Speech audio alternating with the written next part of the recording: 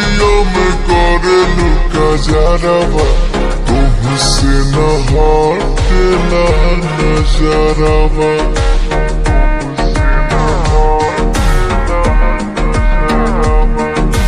बढ़ी जाला दिलवा के धड़कन जब जब सटेलू तू हमारो पजरवा।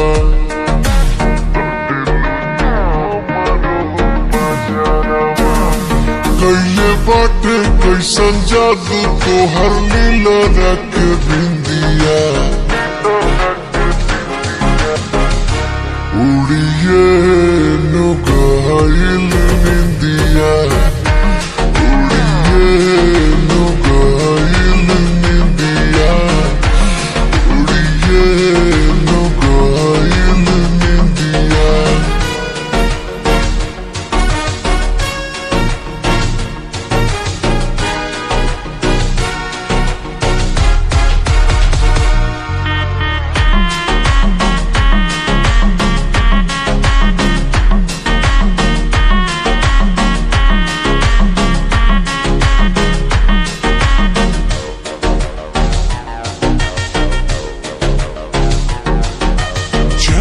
जहाँ फेरी नजरिया हो, वही तो नजरिए में ताकेला। बसल बड़ा दिल के भितरिया में, दिलवा के तू ही एगो भावेला।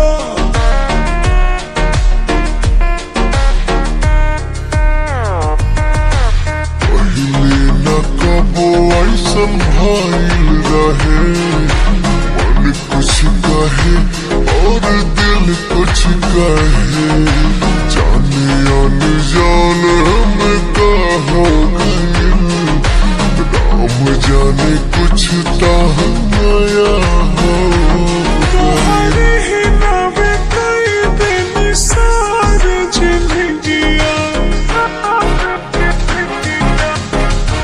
उड़िए नो गइल निंदिया, उड़िए नो गइल निंदिया, उड़िए नो गइल निंदिया।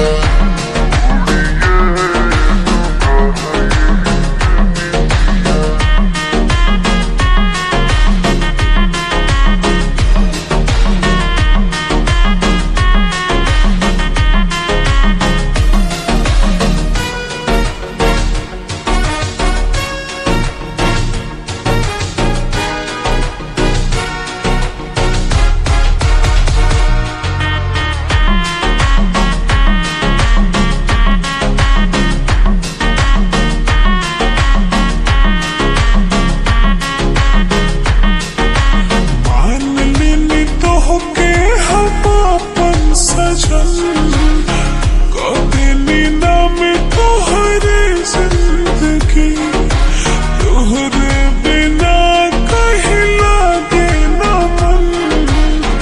रही हम तोहरे करी बंदगी,